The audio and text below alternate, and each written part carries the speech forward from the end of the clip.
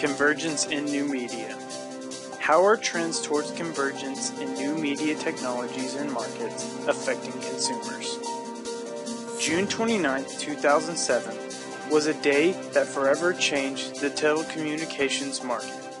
It was on this day that Steve Jobs, Apple's CEO, stood before an audience and declared, "Today, Apple is going to reinvent the phone."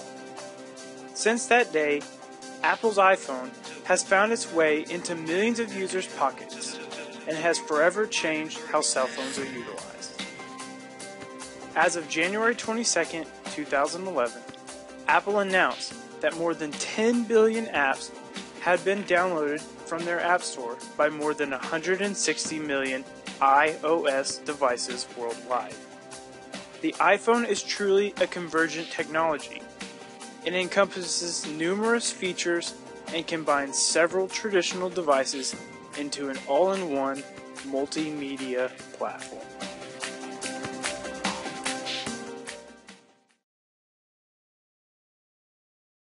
It's hard to think about the iPhone and not think about all that iPhone apps that are available through the iPhone App Store. This section will mainly be focusing on the apps that are available and statistical information about the applications. If you don't have an iPhone, you don't have the App Store. So you don't have the world's largest selection of apps that are this easy to find and this easy to download right to your phone. So it can be almost anything, like a boarding pass, or do almost anything, like pay for your coffee. Yep, if you don't have an iPhone, well, you don't have an iPhone. This is Apple's website. Basically what you have are different features that are explained for the iPhone, the design specific for the iPhone 4, the operating software for the iPhone 4, and of course the apps, which is what we're going to be looking at, that are available on the iPhone. There are so many websites that explain in detail the specific apps. This is basically an overview of what is available on the App Store. As you can see, the world's largest collection of mobile apps. This website allows you to view apps for different topics, such as apps for New Year, apps for cooking, and then you can scroll over and see what else is available. This is just a brief summary of what is actually available through the App Store.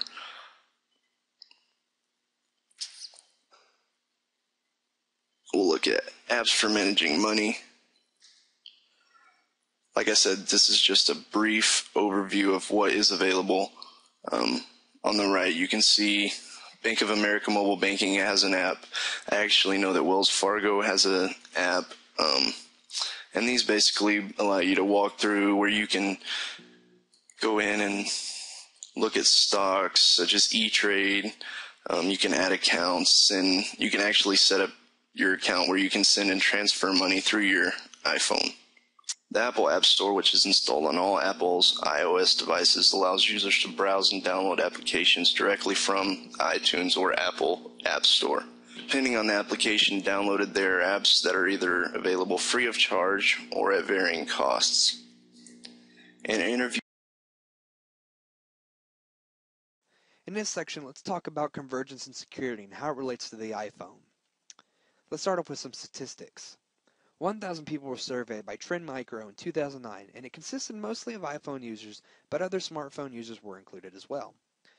44% of the people surveyed believed it was safer to surf the internet and check emails on a phone rather than a computer. Mostly they believed that their information wasn't going to be tampered with on a phone because it was always on them. 23% total were using their phones with security measures. However, there wasn't much detail as to whether they just used lock screen measures, which I'll go into later, or if they were actually using antivirus software. Of note, the people that were a part of the survey were adults that knew of internet security and the risks, so these weren't naive people. This survey was published in September 2009, so the numbers may have increased for people that believe it's safer or for people that have actually used security measures, so that number is undetermined yet. Some of the risks of convergence. Let's start with some causes. One of the first causes is important personal data stored on devices. Some people will keep their corporate email information stored for easy access and quick logon, which is fine, but it can be tampered with, and if somebody grabs your phone, well, then you're kind of out of luck. Some people don't use lock screen security measures. So this is when you turn your screen off, and then when you turn it back on, there's either a number keypad to which you enter a combination, usually 4 to 6 numbers, or a pattern recognition where you are given 9 dots and you draw a pattern, and you have a pre-pattern already done, and you have to match it. Some people download apps that are not safe. So, for example, some people will download apps legally, or they'll download apps that are not on the market, or what are called signed apps, which have been checked by Apple. And then people don't check what these apps run, so some can harvest where you're at down to find GPS locations, and some people haven't ever checked that. Now let's check out some of the effects of these. One effect is malicious software, viruses, or phishing scams can extract that information.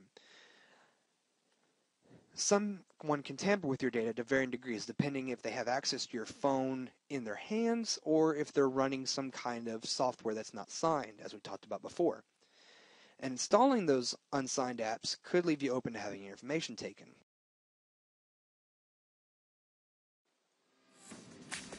The iPhone is without a doubt one of the leading innovators for the cell phone market.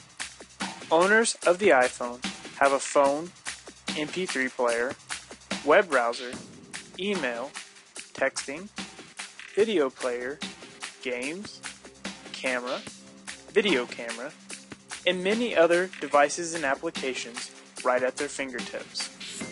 This one single device has so much power and potential that it is affecting consumers worldwide. No longer do you have to run out and buy multiple single-purpose devices to accomplish daily tasks, but rather you can own a single device that does it all. So many apps exist to help personalize your phone to your liking. This allows companies to easily narrowcast their products to you, ultimately making your phone experience more than just a device that calls people, but rather a device that changes how you communicate and consume media.